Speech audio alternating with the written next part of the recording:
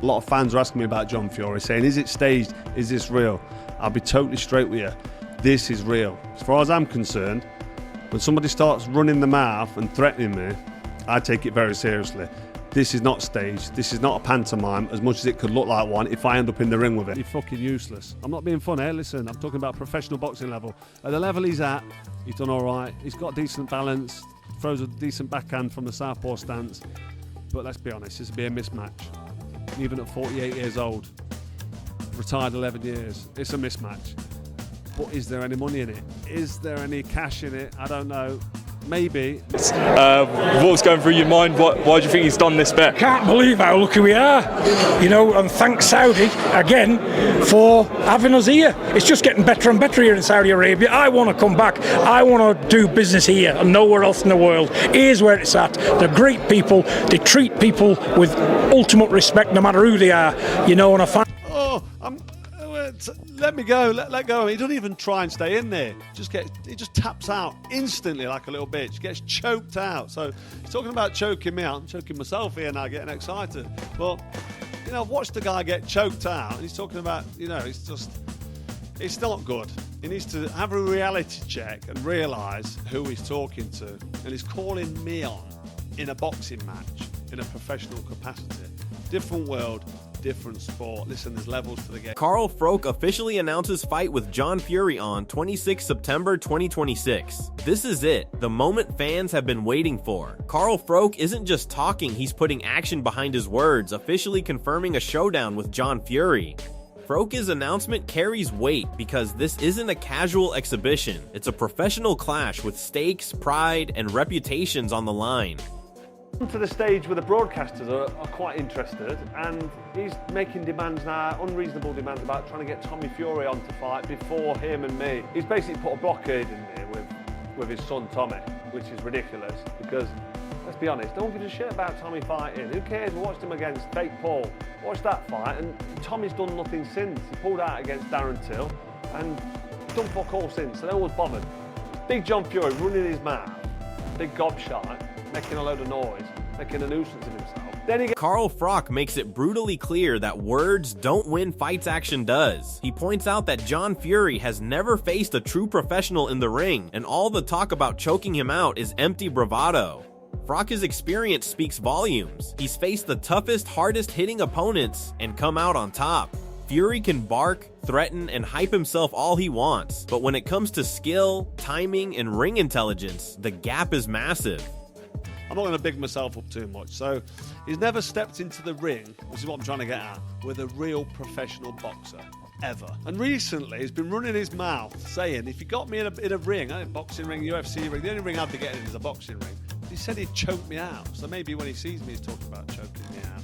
But let's just be clear about this. He won't be choking out anybody. And the last time I watched a bit of Darren Till in the UFC ring, he was tapping out and getting choked out himself like a little bitch. And he taps out really fast as well. He's not like my mate Michael Bisping, who gets choked by GSP and he refuses to tap. He goes out on his shield. He gets choked unconscious and the ref has to jump in. Darren Till, let me go, let go. He doesn't even try and stay in there. He just taps out instantly like a little bitch. Gets choked out. So he's talking about choking me out. I'm choking myself here now, getting excited. But I've watched the guy get choked out. He's talking about, it's not good. He needs to have a reality check and realise who he's talking to. And he's calling me on in a boxing match in a professional capacity. Different world. Different sport. Listen, there's levels to the game, mate. Have a look over the shoulder. It's not your level. It's not your level. It's not your game. Stay out of my zone.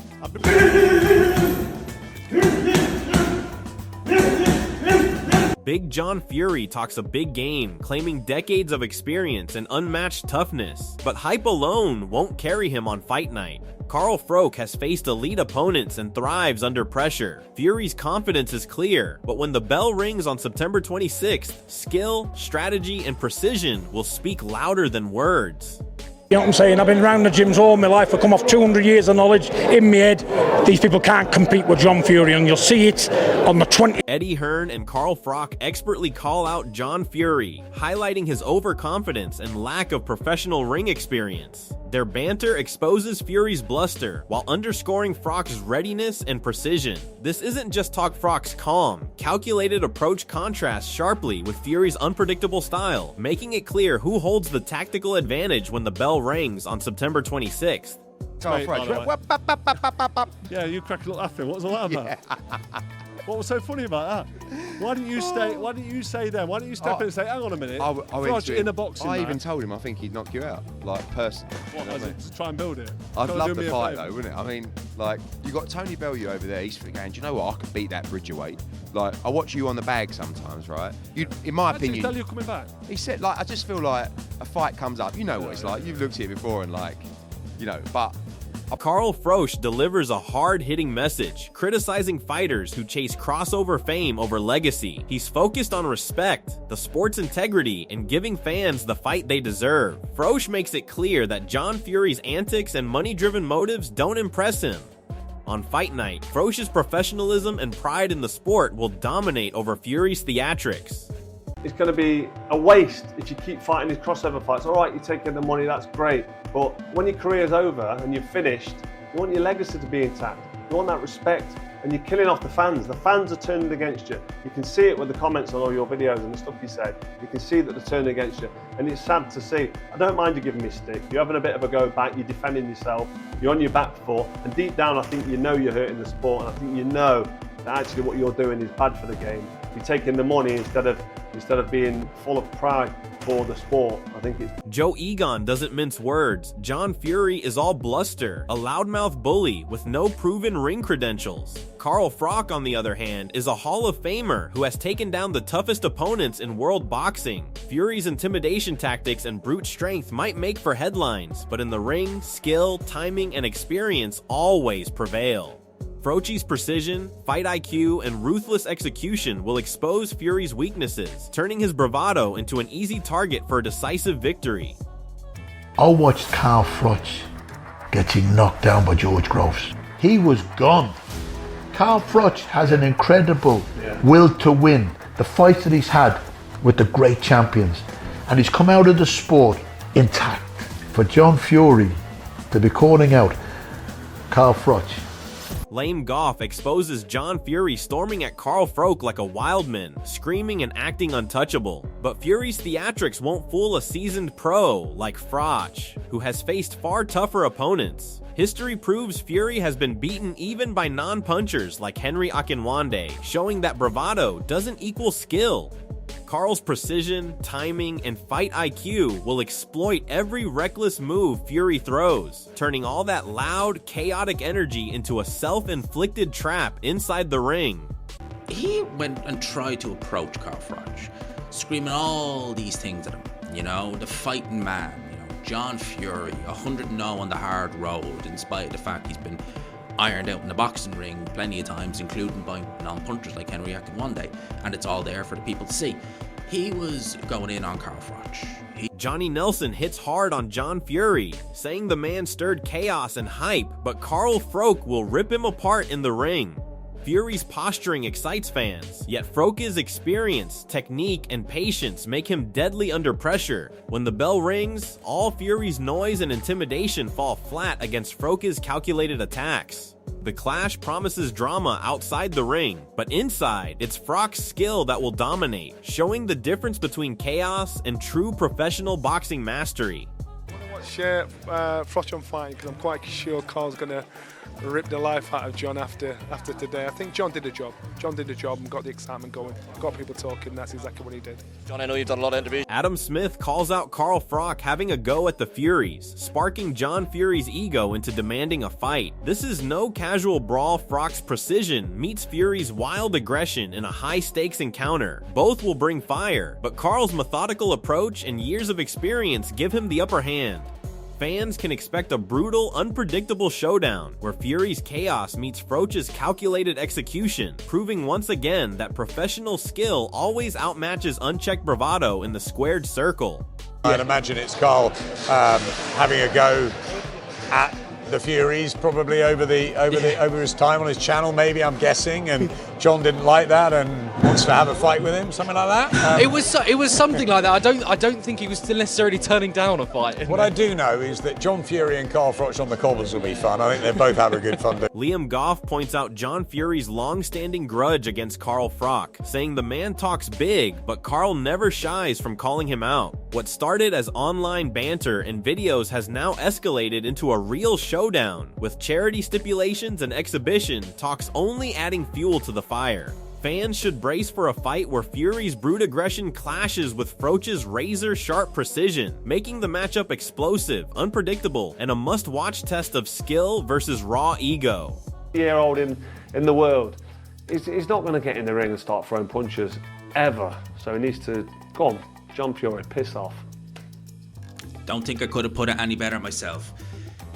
John Fury, once again, putting blocks in between him, a potential Carl Froch fight, and a potential Joe Egan fight, so he doesn't have to back up all these outrageous claims of any man, any place, any time.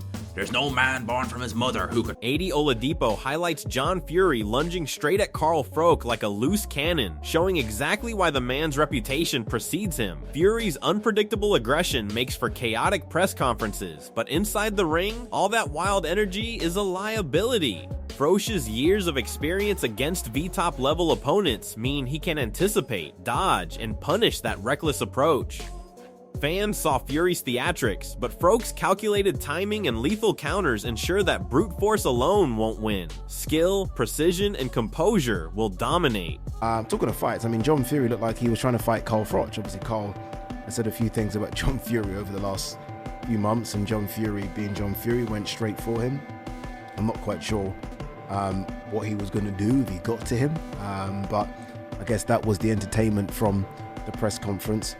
Pain Game exposes John Fury's absurd bravado, comparing him to a man obsessed with showing off and flexing in the most ridiculous ways. This isn't intimidation, it's spectacle. Froch thrives on confronting bluster head-on, and Fury's over-the-top antics are just distractions from real skill. In the ring, raw ego can't match strategy, accuracy, or power honed over years. Every time Fury tries to shock or scare, Froch will respond with precision, turning big talk and foolish displays into openings for punishing, professional blows. I think he said father of the king of the world. I think he's referring to Tyson Fury. You know, when you have kids, you know, most people, when they want to talk about their children, they might pull their mobile phone out and show a few pictures. Big John just shows his balls. That's where they came from. If there's anyone who needs a Manscaped advert, it's fucking John Fury. David Adelaide on Carl Froch Power doesn't hold back. He makes it clear that Froch hits far harder than most give him credit for. People see the skill, the footwork, the boxing IQ, but they underestimate the sheer force behind his punches. Against someone like John Fury, that power becomes a weapon, capable of turning the fight in a single moment. Fury may try to rely on size, intimidation, or brute aggression, but Froch combines timing, precision, and knockout strength in a way that punishes every misstep. Fans are about to witness controlled devastation meet reckless bravado. That he's not good at. He hits harder than people expect, I think a lot of people, obviously, they pick up on his boxing and how good of a boxer he is, but he hits harder than people expect. Eddie Hearn points out the raw physical challenge John Fury brings, calling him a big old lump with unpredictable tendencies. Yet even in that chaos, Carl Froch's experience and timing make him the man to watch. Fury might rely on brute strength or dirty tactics, but Froch's discipline, accuracy, and fight IQ ensure he capitalizes on every mistake. Fans will see the contrast between reckless aggression and polished, devastating technique. This is exactly the kind of scenario where Froch thrives, where opponents think size and noise are enough, but true skill wins the day. The Cobra can absorb pressure, read patterns, and strike with lethal precision, turning Fury's bravado into vulnerability. I would never back against Carl Froch on the cobbles. Ever. But John Fury's a big old lump. There'll be some illegal moves in there. Do you know what I mean? But if they ever get close, Carl will be swinging. Do you know what I mean? So John Fury's self-proclaimed gypsy-style training shows his rugged confidence and raw energy. It makes for entertaining stories, but Carl Froch has faced every imaginable challenge at the highest level. Fury's unconventional prep might impress the public, but the ring is unforgiving. Froch's methodical approach, honed over years of world-class competition, ensures every punch counts and every defensive maneuver is precise. This clash isn't about spectacle, it's about who executes when it matters. Fury may boast endurance and toughness, but Froch knows how to break through that bravado and impose control. The fans are in for a fight that tests courage versus calculated skill, and Froch's experience gives him the edge in reading, anticipating, and exploiting Fury's unpredictability. I watched Carl Froch getting knocked down by George Groves. He was gone. Carl Froch has an incredible will to win. The fights that he's had with the great champions, and he's come out of the sport intact. For John Fury to be calling out Carl Froch on his opinion, because Carl Froch is entitled to give his opinion in boxing. Gareth Davies nails it. John Fury's passion for his sons is unmatched, but it also fuels his recklessness. Face to face, you can see the fire in him. He's not afraid to take on anyone, yet that same intensity can cloud judgment. Carl Froch, however, thrives under pressure and knows how to exploit raw aggression. Fury's unpredictability and ego may make for headlines, but in the ring, discipline, timing, and experience dominate. Froch's calculated power, honed over decades, will test every ounce of Fury's bravado. This isn't just a clash of personalities, it's skill versus chaos, precision versus unbridled aggression, and Froch's legacy hangs in the balance as he prepares to put Fury in his place.